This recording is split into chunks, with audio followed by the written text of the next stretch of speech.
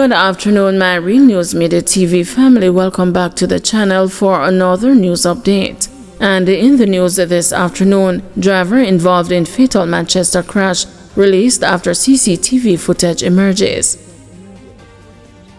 The driver of a Toyota Hiace involved in a fatal collision which claimed the life of a boy on Tuesday in Prospect, Manchester, has been released by the police. The driver, who was being questioned up to late Tuesday, was released after CCTV footage showed that the child rode a bicycle from behind a parked truck into the path of the Hiace. Police on Wednesday identified the child as 12-year-old Malik Barnes. However, relatives told the journalist on Tuesday that the child was 11. A police report said about 3:20 p.m. the boy was riding a bicycle from the right side of the roadway to the left side and went into the path of the Hiace and was struck from the bicycle. The child was taken to the hospital by the driver of the Hiace, where he was pronounced dead on arrival. Statistics from the police show that 234 fatalities have been recorded on the nation's roads up to 6 a.m. on Wednesday, compared to 233 for the corresponding period last year. Man dies in Newmarket, St. Elizabeth crash. A motorcyclist died as a result of injuries he sustained when he crashed into a parked pickup on the Newmarket Main Road in northern St. Elizabeth on Tuesday. Police named him as Marlon Johnson, 58, a resident of Betheltown District in Westmoreland.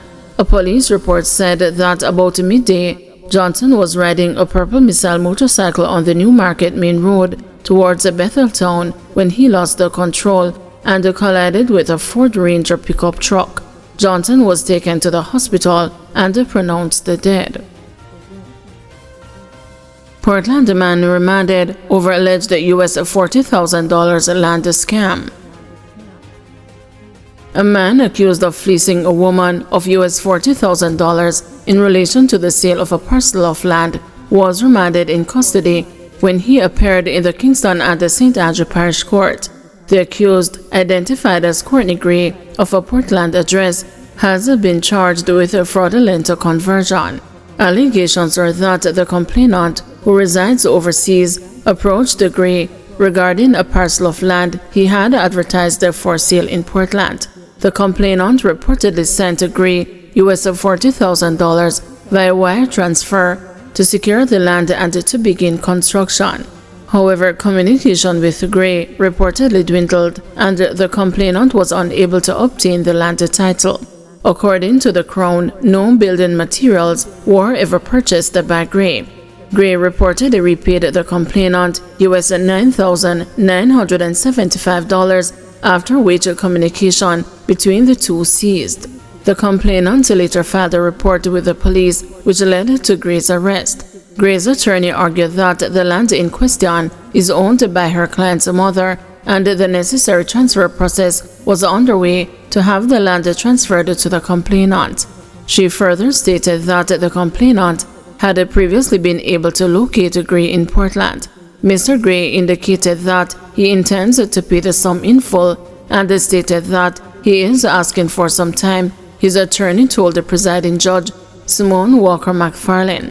She also requested that Gray be granted bail on the grounds that he had begun making restitution and had complied with the police during the investigation.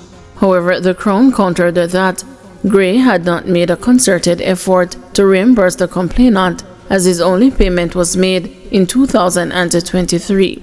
Counsel, you stood and you submitted on behalf of Mr. Gray that the lines of communication with Mr. Gray and the complainant have always been open. He lives in the same area and she is able to find him. But from 2023, he paid approximately US $9,975 and we are in 2025. August now, and he has not attempted to pay $1 more. He had to be drawn to court for an effort to bring $300,000 today. 2 years, Judge Walker McFarlane remarked.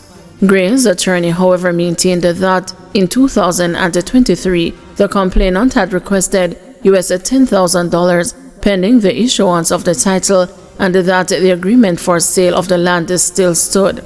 The Crown, in reading the complainant's statement in court, noted that the complainant had told Gray, "I don't want to do business with you anymore. I want back my money." Gray is expected to return to court on September 15, 2025, when his attorney is expected to make a formal bail application.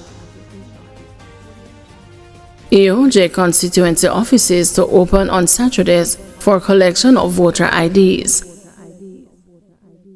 As the announcement of the date for the upcoming parliamentary general election nears, the Electoral Office of Jamaica says constituency offices will open on Saturdays to facilitate the collection of voter ID cards starting August 9.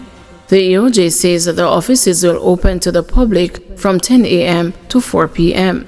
It says opening hours have been extended in an effort to facilitate registered electors who may not be able to collect their voter ID card during the regular opening hours.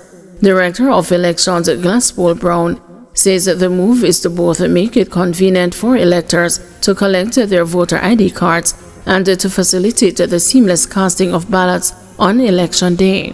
Mr. Brown is appealing to all electors who have not collected their renewed voter ID card to take advantage of this opportunity so they may have it on Election Day. Mediation proves successful for man accused of furniture scam.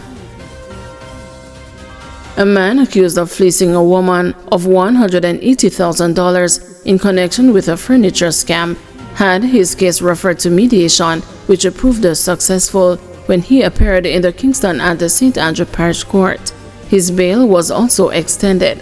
Romar Thompson has been charged with obtaining money by means of false pretense. Allegations are that Thompson advertised the furniture for sale online. The complainant reportedly contacted him via WhatsApp and an arrangement was made, after which he sent her 2 bank account numbers. The complainant reportedly transferred a total of $180,000 for the furniture. After the funds were transferred, communication with Thompson reportedly ceased. Following investigations, the money was later traced to Thompson, who allegedly admitted to the police that he was involved in the scam. He reportedly claimed that someone had asked him to facilitate the transfer of the funds, for which he received $10,000. The matter was subsequently referred to mediation, during which an agreement was reached. Thompson is expected to make a full restitution to the complainant on or before September 15, 2025. He is scheduled to return to court on October 7, 2025. Guys, thank you for watching. See you this evening at 6 p.m. for another news update.